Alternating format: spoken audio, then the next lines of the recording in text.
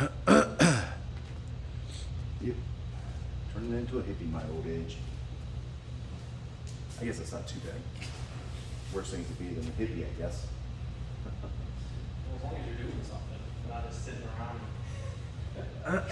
Yeah, I'm not a do Being nothing a kind of flower hippie. flower blooms all day. I'm definitely not a do nothing kind of hippie, but I'm definitely more of a Save the trees, man. save the trees. Yeah. Okay, welcome back. I've been spending the whole day today working on not this lecture per se, but working on my presentation for all of you as I work on putting our self-mastery program together. And I started working on Dr. Ellis's arguments about cognitive behavioral therapy. And as I started working on this, I looked up these, what I know them as thinking errors, or errors in the way people think or process information. If you remember in one of our other talks, I talked about an activating event that happens in your life. An activating event could be anything. You know, a girl breaks up with you, perhaps that's the activating event. That's something that bothers you significantly. Nothing happens at that point without your thinking, how you interpret that event, how you process that from your own life experiences and what it means to you. Without that thought,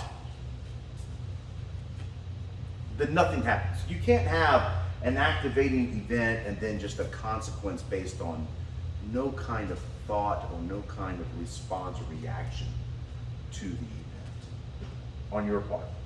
Okay? Does that make sense?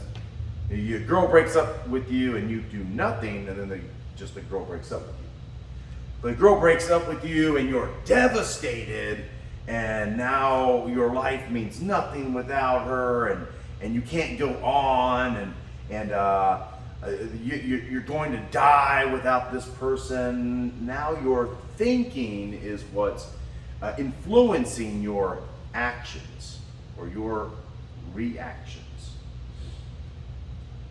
So it's important to interpret the thoughts that go through our mind and why we think the way we think. So I'm going to talk about Dr. Ellis's thinking errors, is what I know them as.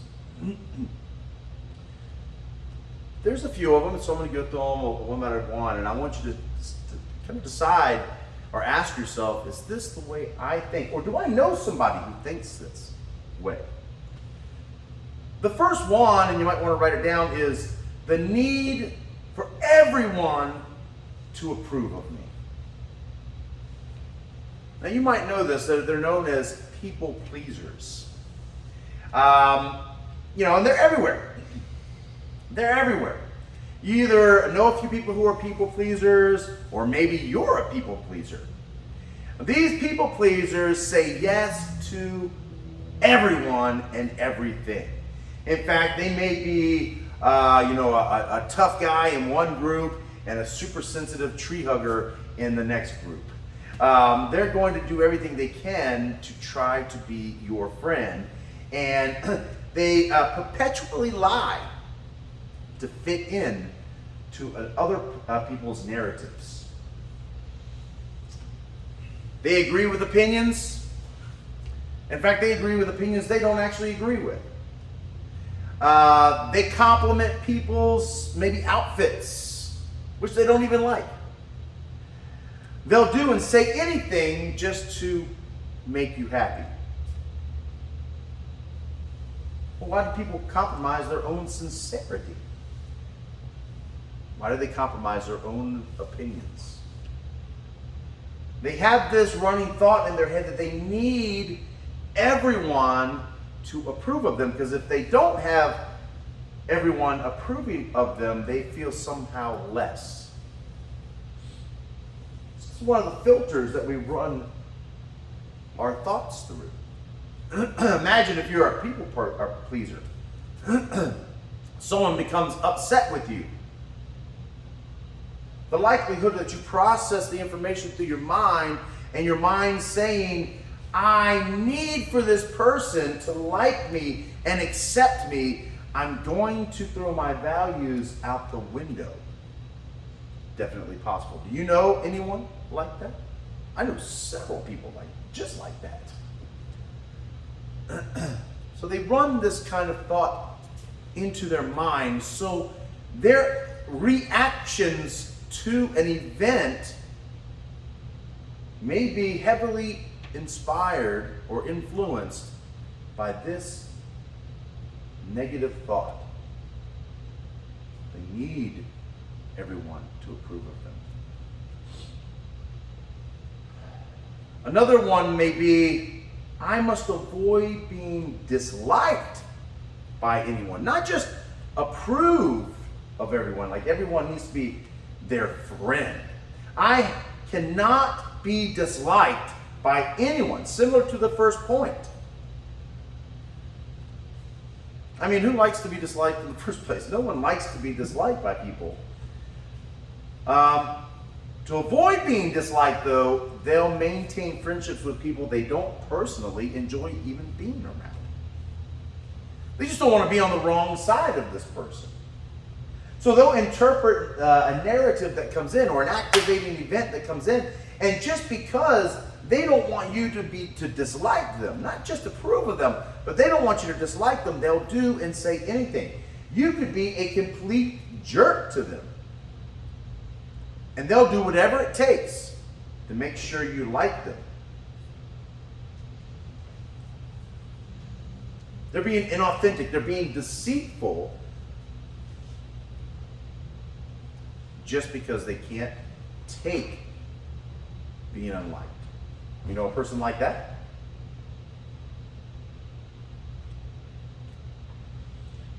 Another one would be, I must succeed in everything I do to be of value. How about that type of person? The person that goes, I might even be in this category because they're sort of addicted to success. A person that's addicted to succeeding because they have a deep-seated core belief that they are a failure. Maybe they have a deep-seated belief that they're actually a failure, so they have to go out of their way to do everything they can to be of value.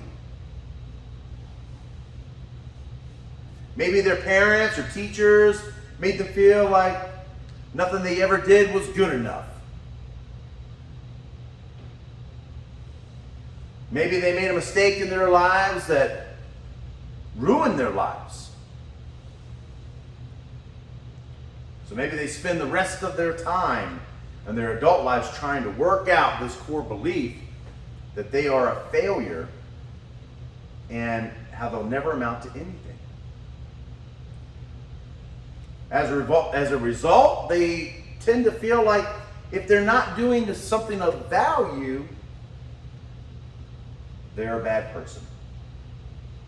Imagine having that thought in your mind. Imagine having that error in thinking.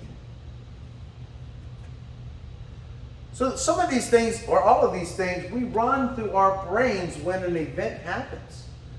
Something happens and we want to feel like a value, or maybe we need their approval, or maybe we must keep from them them happy, so they won't dislike us. Here's another one. It's not okay to make mistakes. If I do, I'm a bad person. Imagine having that thought. Imagine you're thinking to yourself, if I make any mistakes, I'm a bad, horrible person. Progression in life relies heavily on our ability to learn lessons from the risks that we take and the mistakes that we make.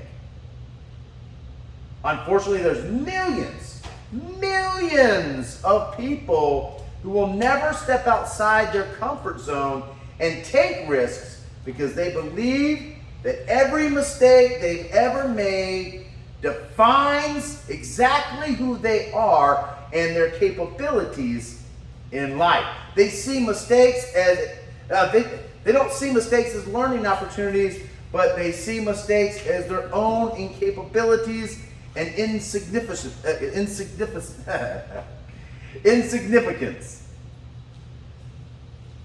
Their emphasis, forget it.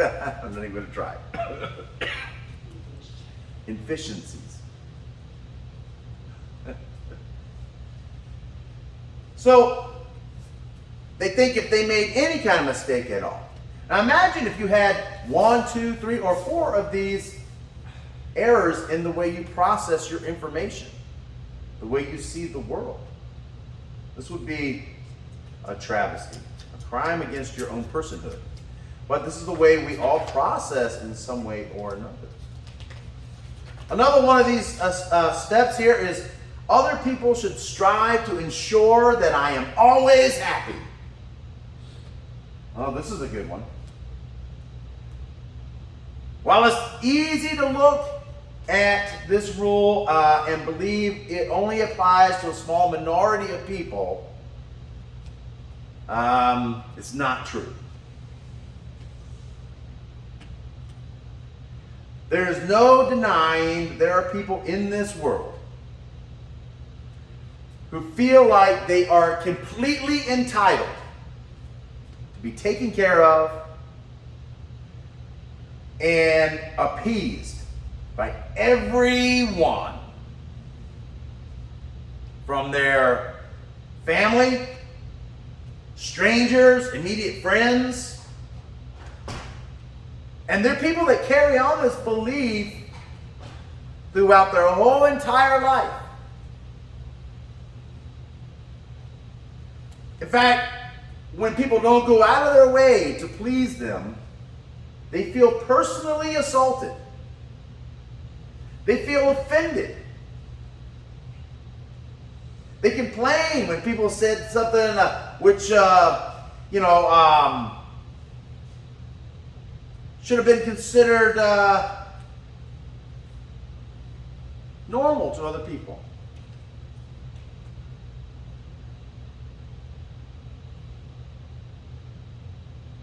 They get upset because they feel like the other person should have been more considerate of them, their opinions, their feelings. They're number one, after all. They're completely entitled. Other people should strive to ensure that they are always happy. They prioritize their feelings, their needs, their emotional satisfaction without considering the complexity of those around them. How many of those people do you know? I know quite a few of those too. One of the other rules is people who do not make me happy should be punished. I know a couple of these type of people as well. If you don't make me happy, you should be punished. You imagine having that thought. Many people feel an urge for vengeance when they've been wronged. They hope someone who hurt their feelings gets hurt as equally bad or worse. Someone who robs them, they want them robbed. I mean, this is never a healthy way to respond to things. There's an extreme level of self-importance with this type of person. It comes with the idea of our displeasure is worthy of trial and punishment to the source that caused any kind of discomfort. your happiness or this person's happiness and pleasure is number one. But you know what? In reality, our happiness is not the responsibility of anyone else. And by the way, it's not more important than anyone else's happiness either. Remember, we're all in this together. One of the other items, number 7 on the list, is things must work out the way I want them to work out. While it's healthy to have a grounded and positive expectation for yourself, it can be deadly when too much weight is put on them. In fact, people with this kind of mindset believe things should be the way they want things to be in their maybe career, their lives in general. Their partners should look like this. People should give them the response they expect from them. The food should taste exactly like they imagined it to be, etc. But they put too much weight on how they want things to be. They fail to appreciate how things actually are. In fact, we'd be much happier if we cut out all expectations, all attachments we have for other people, life paths, careers, experiences, and things. It's never a good idea to be attached. So this person with this mindset, this error in thinking, insists that it works out the way they want it to work out. And anything but that is wrong. You know a guy like that? Or a gal? How about this one? My emotions are an illness which I cannot control. How about that one? The person who views their illness, their mental illness, and it defines them, defines who they are. They have no power over it. They have no power over their state of mind. Well, now there are severe cases, of course, where people have severe mental illnesses. Mental health label is not a death sentence. It doesn't define you, actually. It doesn't limit you by the label now and forever. Amen. When it comes to mental health, drugs, etc., some people must have them. But when you start labeling yourself as uncurable due to a thought process, this is a negative way of thinking. This can affect the way you process events.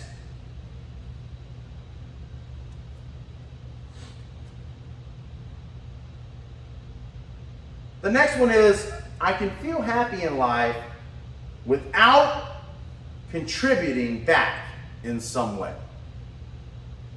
Totally satisfied to lay around and sleep all day. It's okay. I can feel just fine with that. But you know what the fact is? We're all creative beings. Whether you're creating artistically or maybe linguistically, I just made that up, or scientifically or mathematically, we are all capable of producing new things. In fact, one of my Christian friends said, the reason why we are creative is because we're a chip off the old block. And I like that, the chip off the old block. I mean, if he's talking from a Christian God perspective, obviously that means God the Creator. And that, I thought that was an interesting way of seeing things, the way of looking at things. We are all capable of creating. However, when our beliefs are what limit our creative powers, that's what limits our creative powers, our belief. If we go, I'm totally okay just to sit back and do nothing all day. Totally okay to sit back and be lazy. I'm okay just to sleep all day. Unless you focus on giving back in life and giving yourself out into the world, you will only ever seek to feed an ever hungry consumption, which will never leave you feeling satisfied for very long. Think about this. You may want a big bowl of ice cream. So you eat a big bowl of ice cream. But 2 hours later, my friends, you will be hungry again. Isn't it so? Isn't it so? If you don't do anything and you don't contribute, you will never be satisfied. You will never feel satisfied. You will always feel bad. You'll always feel tired. Of course you're tired, because you're unsatisfied. Of course you're still hungry. You've eaten nothing but ice cream. Although it may taste good at the moment, it does not satisfy. It's the same thing when people have this thought. You never feel happy in life without contributing back. I can feel happy in life without contributing back.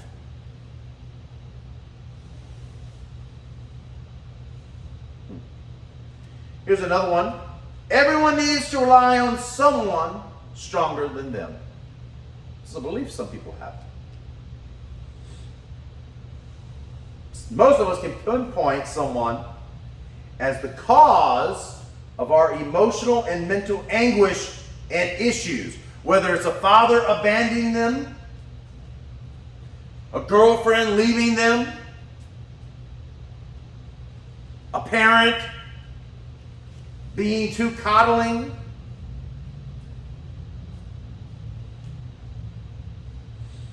I'm this way because my mother criticized me too much. Therefore, I am this way.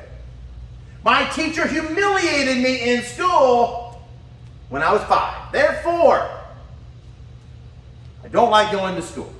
I can't learn. Pointing blame on others tend to help. And what it helps is, it helps us avoid taking accountability for our own selves. It helps us avoid taking accountability for the role that we play in perpetrating our own unhelpful behaviors and attitudes. Someone else's fault, not my fault. Well, had they not coddled me my whole life, maybe I would have been a success. Well, if my dad didn't leave us, maybe I could have had a better life. Well, if my parents weren't poor my whole life, I probably would have known how to make money. Well, if my parents weren't rich, I wouldn't have a hate for the rich, and I wouldn't have a disdain for capitalism, maybe. I don't know. You point your fingers at other people. This is an error in thinking. Here's another one. Events in my past are to blame for my attitude and behaviors today. And this is not just a person, but another event. Now believe me, our past, which I call the purple dragon, our past certainly influences our beliefs. But it doesn't have to be in control of our belief. We can't blame the past for our present. This is exactly what the dragon inside wants you to do. This is what this tattoo is all about on my arm here. The dragon wants you to be sucked down into the past. But folks, we're responsible ourselves in this moment, right now, for managing our present moment and what we choose to take away from our past. Beliefs are not automatic. They are built up over time. They're usually supported by an event.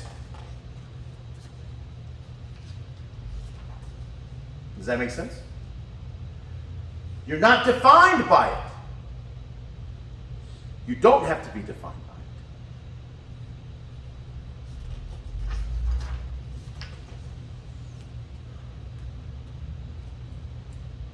So I assume everyone brought a notebook. Should have. Here's what I want you to do. We're going to take 5 or 10 minutes per question.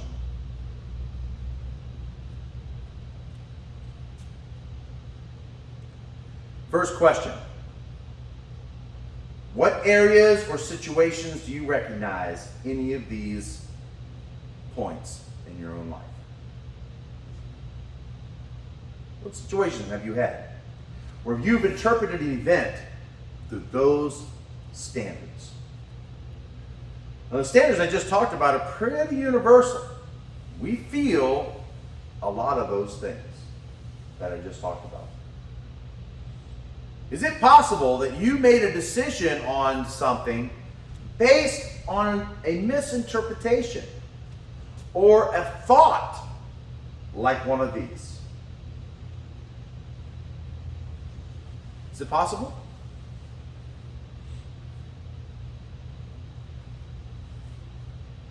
So, in what area or situation do you recognize any of these rules in your life? Second question, can you identify how these rules may have developed in yourself? Did you choose them, or do they have an underlying belief developed from the influence of your family, friends, as you were growing up? Did you recognize any of the things that I talked about as something that you have? If you did, where did it come from? Perhaps the belief that you have comes from a decision you made when you were a child. 3, 4, 5 years old. The question I have for you then, do you take advice, life advice, from a 3-year-old? Is it something you're willing to make groundwork for your life? The advice of a 3-year-old, the 4-year-old, the 5-year-old? Is it an opinion you're ready to stake your life on? Put your flag in that? Go to battle over a decision you made when you were a child? Another question is, how many of these rules prevented you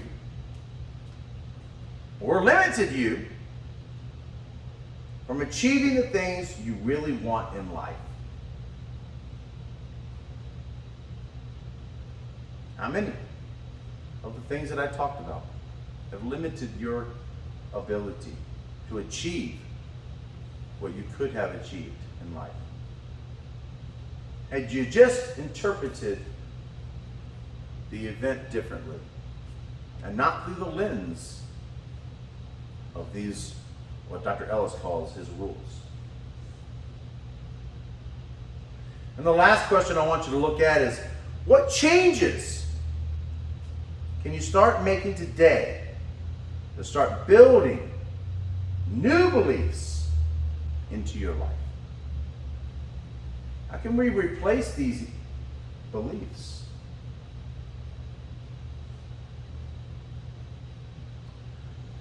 Do you need me to repeat the questions?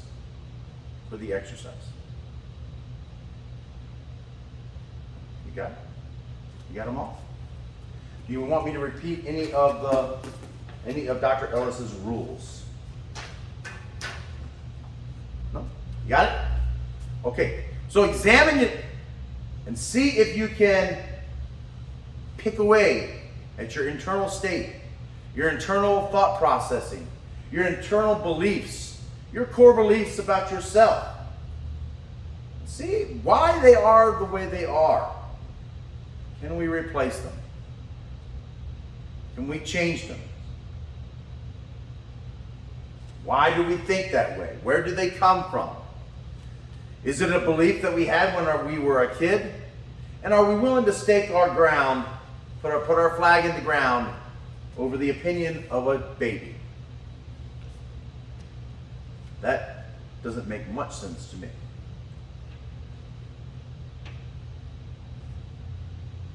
And furthermore, how can we change these thoughts? Should we change them too? We'll get more into specific thought replacements next week. But for now, I want you to sit and ponder 10, 15 minutes each question. It's only 4 questions. See if you can come up with the answers.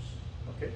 Write them down, work them out, and get your internal emotional self challenged. Okay? Anybody got anything? Questions before we get started? No? Okay, all right.